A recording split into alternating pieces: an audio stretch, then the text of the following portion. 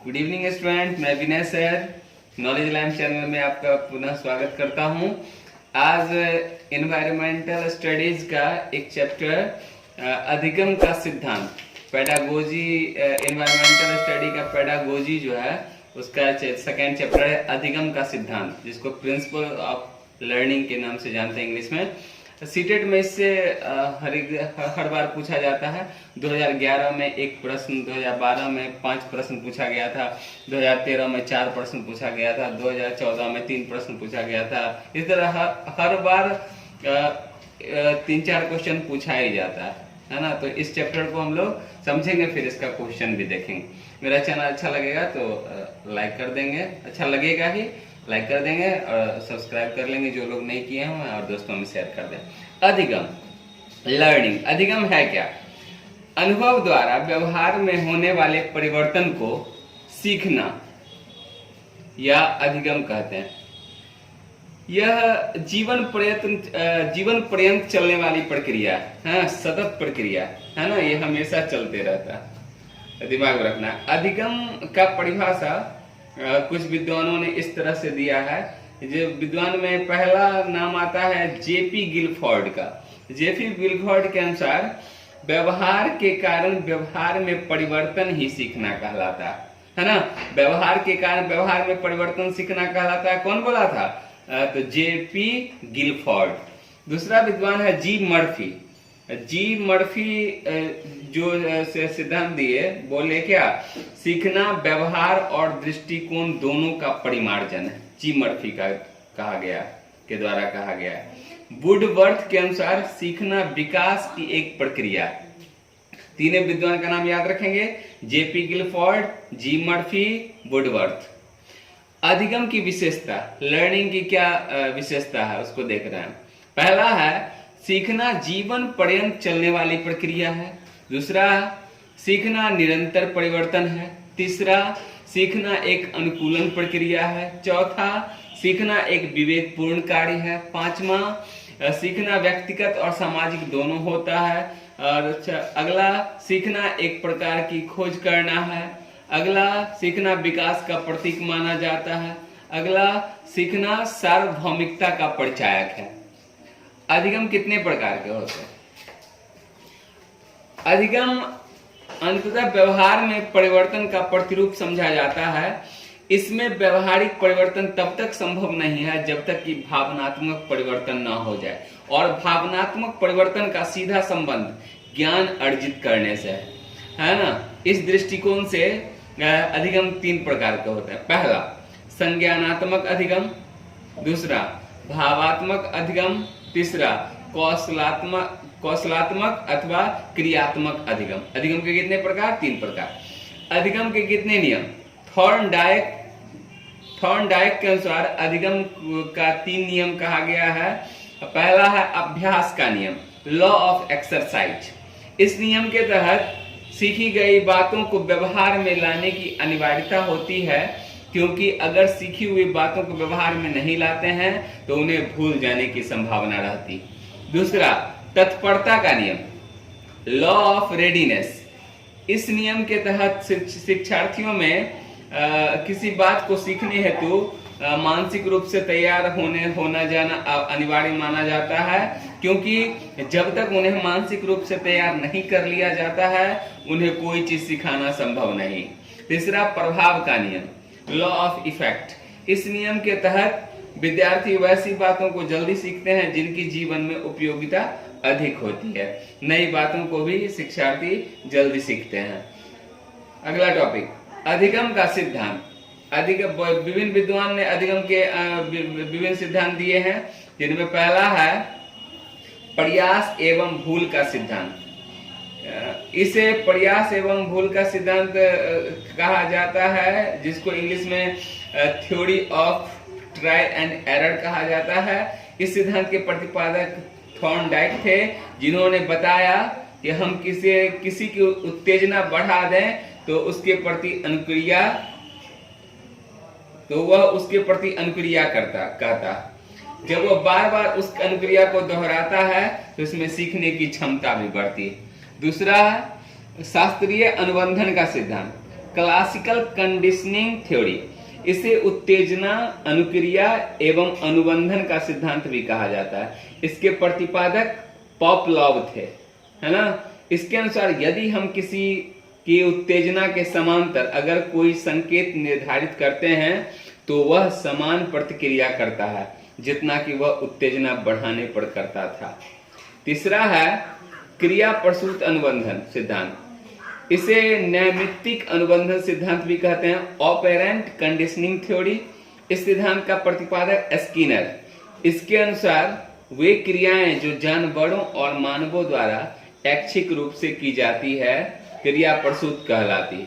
इसमें प्राणी पर्यावरण में सक्रिय होकर स्वयं कार्य करता है।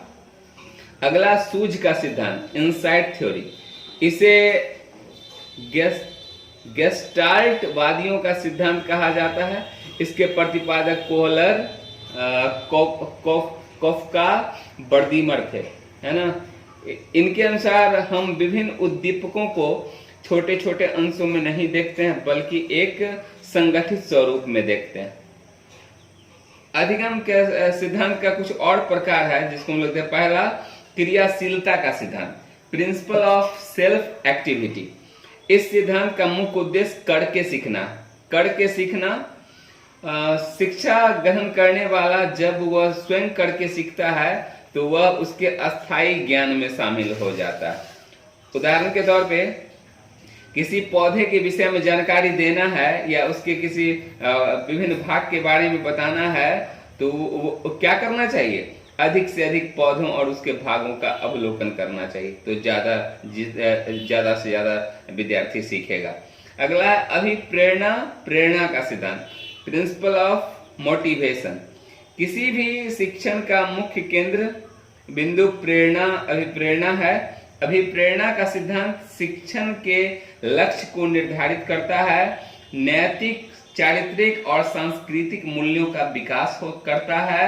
अभिप्रेरणा शिक्षार्थी को आंतरिक बल प्रदान करता है जिससे वह निरंतर क्रियाशील बना रहता है। अगला है नियोजन का सिद्धांत, प्रिंसिपल ऑफ इम्प्लीमेंटेशन। इस सिद्धांत के अनुसार शिक्षण की एक विशेष परियोजना क्रियान्वित की जाती है जिसके अंतर्गत शिक्षार्थियों को शिक्षण करवाया जाता है। इस सिद्धांत के अंतर्गत शिक्षा प्राप्त करने वाले की योग्यता, क्षमता आदि का विशेष ख्याल रखा जाता है। और इस सिद्धांत में कुछ बातों का ध्यान देना पड़ता है, जैसे अधिगम उद्देश्यों का निर्धारण, अधिगम उद्देश्यों की पहचान, कार्य विश्लेषण, ये सब। अगला है आवृत्ति का सिद्धांत, प्रिंसिपल ऑफ ऑकरेंस। यह सिद्धांत अधिगम को अस्थायी और सार्थक बनाने के लिए महत्वपूर्ण होता है। ऐसा इसलिए क्योंकि विषय वस्तु की एक निश्चित अंतराल पर आवृत्ति होने से शिक्षार्थी उसके संपर्क में होते हैं और ज्ञान लगातार समृद्ध होते रहते हैं, एक चीज को बार बार बताना। अगला है रुचि का सिद्धांत, प्रिंसिपल ऑफ इंटरेस्ट। यह सिद्धांत शिक्षार्थियों में शिक्षण के प्रति जिज्ञासा उत्पन्न करने, रुचि पैदा करने का कार्य करता है। इस सिद्धांत के अनुसार पर्यावरण की विषय वस्तु ऐसी हो ताकि शिक्षार्थी को उसमें विशेष रुचि हो।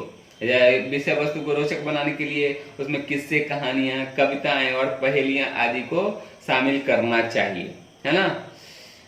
और शिक्षार्थी का मनोरंजन भी होता है, उसमें सृजनात्मक और कल्पनाशीलता का विकास होता है। अगला है लोकतांत्रिक प्रजातांत्रिक मूल्यों का सिद्धांत, प्रिंसिपल ऑफ डेमोक्रेटिक वैल्यूज। शिक्षण के समय इस बात का विशेष ध्यान देना चाहिए कि पाठ्यक्रम इस प्रकार का होना चाहिए जिससे शिक्षार्थियों में प्रजातांत्रिक मूल्यों का विकास हो, उसमें सामाजिक मूल्यों का विकास हो। जैसे शिक्षार्थियों से अपेक्षित होता है वह समूह में रहकर कार्य करें, वे एक दूसरे से विचार विमर्श करें और एक दूसरे के विचारों को सम्मान दें। अगला है राष्ट्रीय पाठ्यचर्या की रूपरेखा, एनसीएफ 2005।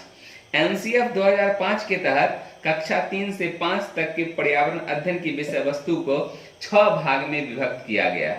पहला है परिवार एवं मित्र, दूसरा है भोजन, तीसरा है पानी जल, चौथा है आवास, पांचवा है यात्रा, छठा है चीजें हम जो करते हैं और बनाते हैं, है ना।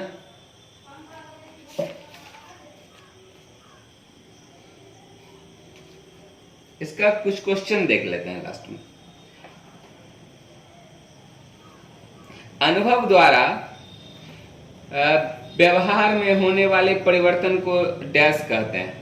सीखना, अधिगम, एक और दो, दोनों, इनमें से कोई नहीं। तो आंसर आना चाहिए एक और दोनों। अधिगम को ही सीखना कहा जाता है, लर्निंग। दूसरा क्वेश्चन है निम्नलिखित में से कौन सा कथन सही?